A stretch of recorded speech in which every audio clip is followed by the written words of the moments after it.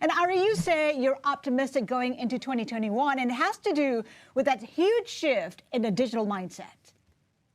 Well, thanks, Haslinda. Pleasure to be here this morning. Well, if you really look at, everything's been talked about, the pains of the pandemic and very much so the impact that it has on most economies. But if you really see, I think we're seeing some positive trends in the domestic consumption patterns and the recovery on the domestic front, which is a really positive sign as we go into 2021.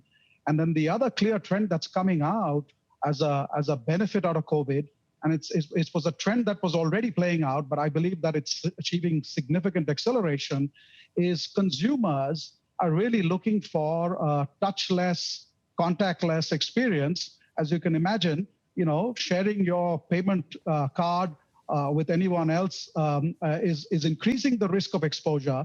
Therefore, we're seeing a very strong trend in digital lifestyles where you're seeing that consumers are taking to contactless and touchless experience in at least their merchant journeys and experiences.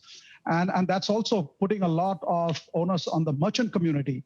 It's not just good enough having a payment terminal in a restaurant or an F&B outlet, but you also need to have an online presence. And therefore, this need for omni-channel presence, both physical as well as digital, is a trend that is increasingly playing out. It's no longer a nice to have, it clearly is an imperative. And of course, we're seeing how in markets like India, 41 million transactions a day, 200% increase. I mean, where are the biggest adopters apart from India? Well, the trend is actually universal. If you really look at, I'm going to give you some stats, roughly close to 80% of all transactions in Asia Pacific are contactless transactions today. And a fourth of that is really driven through what we call devices. So you're seeing a very big shift where you're using your mobile devices, and increasingly you're going to find that other devices of what we call wearables are also going to come into play for consumer experiences. And this is cutting across ASEAN. It's cutting across Australia, which was already highly digitized. You're seeing that trend continue to move.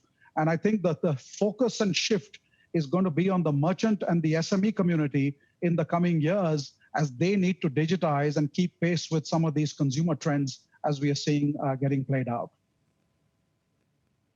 You talked about how it's not just the consumers, but also businesses as well. Does it help in, leveling the playing field? What are you seeing?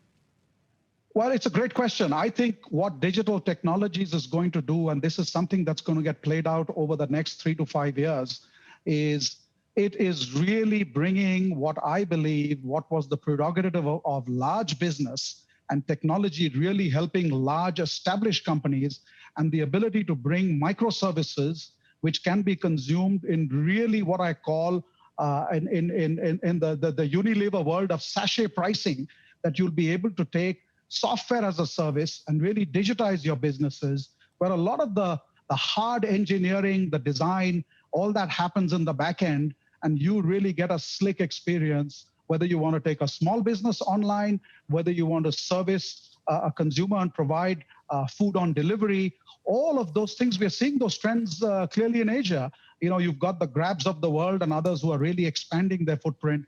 And you're going to see that it's going to continue to accelerate and deliver digitization at a fraction of a cost than what large companies have achieved over the last many decades.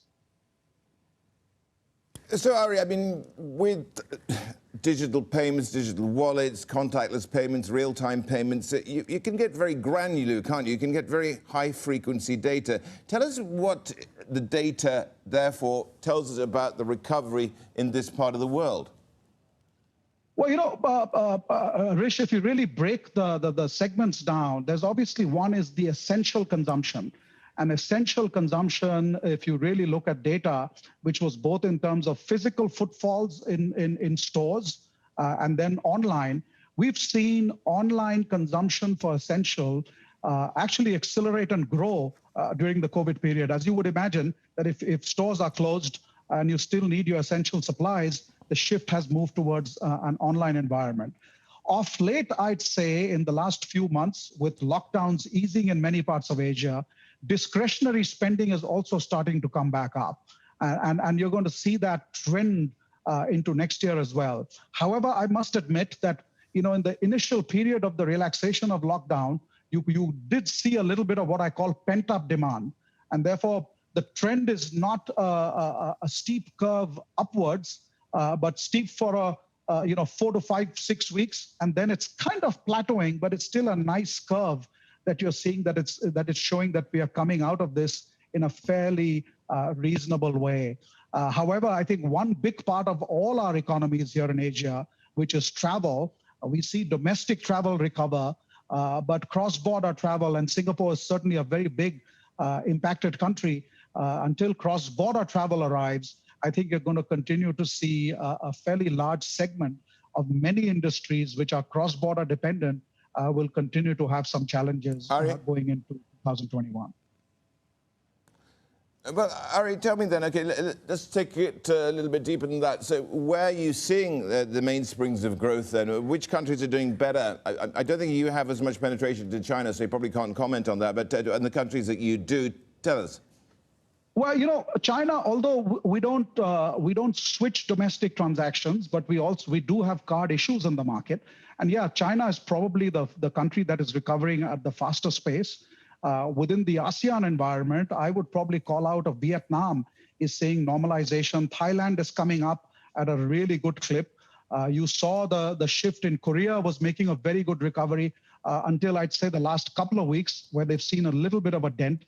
Philippines too was on a recovery path, but I'd say that the last 3 to 4 weeks has seen that growth curve get dented.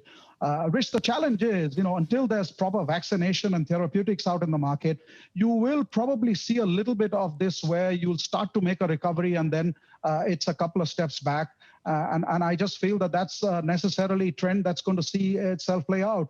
India, incidentally, while we all know the level of impact of COVID, but domestic consumption is actually coming back at a very nice clip for the economy, barring the challenges as far as the health scare with COVID continues.